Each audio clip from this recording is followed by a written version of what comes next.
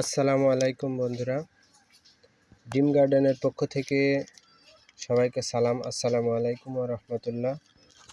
আজকে আপনাদের দেখাবো যে সূর্যমুখী ফুলের বীজ কিভাবে বপন করতে হয়, কিভাবে বপন করলে ভালো ফুল পাওয়া যায়। বন্ধুরা, তার আগে দেখিয়ে দিচ্ছি কি ধরনের মাটি প্রয়োজন।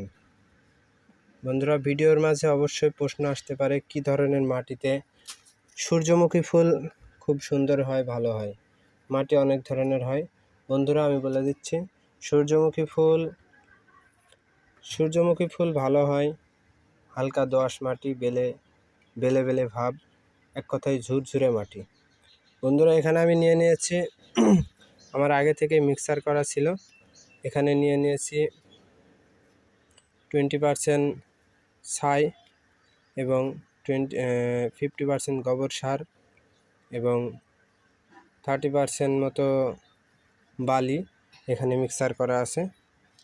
আর এখানে বাদবাকি যা লাগে সবই মাটি আছে। বন্ধুরা, যেহেতু আমি সমতলে, টবে না, সমতলে আমি সূর্যমুখী ফুলের বীজ বপন করছি।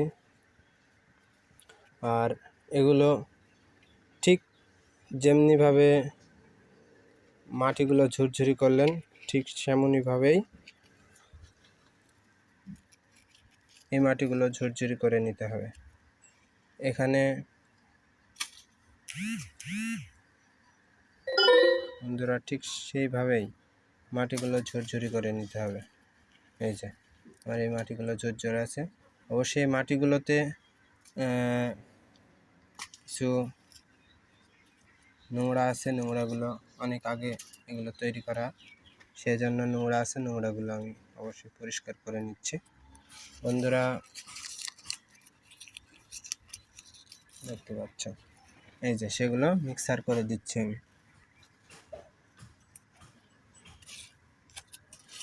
সবই মিক্সার করে দিচ্ছি বন্ধুরা।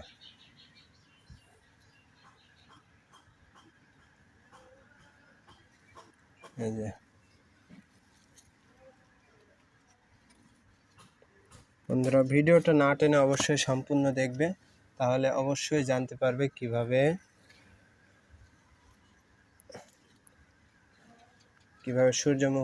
সূর্যমুখী বা সানফ্লাওয়ার ফুলের বীজ বপন করতে হয়। বন্ধুরা, এই যে আমি মিক্সার করে আবারও আগের মতো মাটিগুলো সমতল করে নিলাম। তোমরা লক্ষ্য করলে বুঝতে পারবা মাটির কালারটা আগের চাইতে একটু চেঞ্জ হয়ে গেছে, কারণ মিক্সার মাটি তার ভিতরে ঢুকে পড়ছে। বন্ধুরা, এই সেই কাঙ্ক্ষিত আমাদের সূর্যমুখী ফুলের সিড বা বীজ। আমি এই সূর্যমুখী ফুলের বীজগুলো এখানে আপনাদের বপন করে দেখাবো। অল্প কয়েকটি বপন করেই আমি আপনাদের দেখিয়ে দিচ্ছি পরিপক্ক সূর্যমুখী ফুলের বীজ কিভাবে আমরা বপন করতে পারি। বন্ধুরা, আমি প্রথমে দেখাই আমার এখানে বীজ বপন করার মতো উপযুক্ত জায়গা হয়েছে। আমরা ঠিক বীজগুলো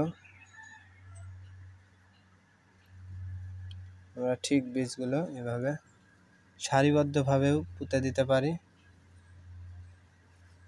হালকা, খুব বেশি ভিতরে না, এভাবে সারিবদ্ধভাবেও পুঁতে দিতে পারি। আবার যদি এভাবে জমিটা সমতল করে রাখি, যদি এভাবে ছিটাইয়ে দিই তাও হবে। এই যে এভাবে ছিটাইয়ে দিই তাও হবে। বন্ধুরা, আমি দুই রকম করেই আপনাদের দেখাচ্ছি। এই যে দুই রকম করেই দেখাচ্ছি। এ হচ্ছে সুন্দর একটি প্রক্রিয়া। বন্ধুরা, আমরা সব শেষে যেটা করব সেটা হচ্ছে মাটিগুলো এভাবে ঠেসে চাপ দিয়ে শক্ত করে দেব, যাতে সূর্যমুখী ফুলের বীজগুলো মাটির সাথে লেগে থাকে। অঙ্কুরিত হতে খুব বেশি সময় না লাগে, তাড়াতাড়ি অঙ্কুরিত হয়ে যায়। শুধু এটাই শেষ কাজ নয়, এবার আমরা শেষ একটা প্রক্রিয়া দেখাবো, সেটা হচ্ছে পানির কাজ। আমরা পানি কিভাবে দিব। পানি আমরা ঝর্ণা স্প্রে দিয়ে ঝিরঝির করে দেব, যাতে এগুলো আবার গর্ত না হয়ে যায়, বীজগুলো উপরে না উঠে যায়। বন্ধুরা, আমি পানি দিব। পানি দেওয়ার ভেজানোর ভিডিওটা অবশ্যই আমি দেখাবো। কতটুকু আমার গর্ত হয়েছে কিংবা গর্ত হয়নি সেগুলো আমি দেখাবো অবশ্যই। বন্ধুরা, সাথেই থাকুন। বন্ধুরা, দেখতে পাচ্ছ এবার মাটিটা ভিজে হয়ে আছে।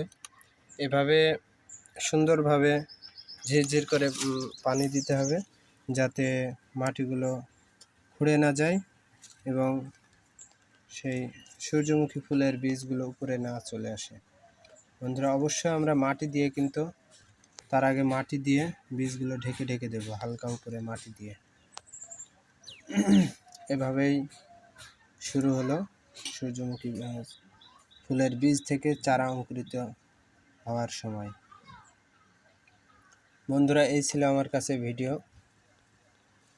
ভিডিওটি ভালো লাগলে শেয়ার করবেন বন্ধুদের কাছে এবং চ্যানেলটি সাবস্ক্রাইব করবেন, এবং সুন্দর লাগলে অবশ্যই লাইক করবেন। একটা আপনার সুন্দর হাত দিয়ে লাইক দিয়ে দেবেন। বা আর কোনো কিছু গাছ সম্বন্ধে কোনো কিছু টিপস জানতে চাইলে অবশ্যই কমেন্ট করে আমাকে জানাবেন, অথবা আপনাদের জানানোর কিছু থাকে আমাকে, সেগুলো আপনারা অবশ্যই কমেন্ট করে জানাবেন। ধন্যবাদ। আসসালামু আলাইকুম ওয়া রাহমাতুল্লাহ।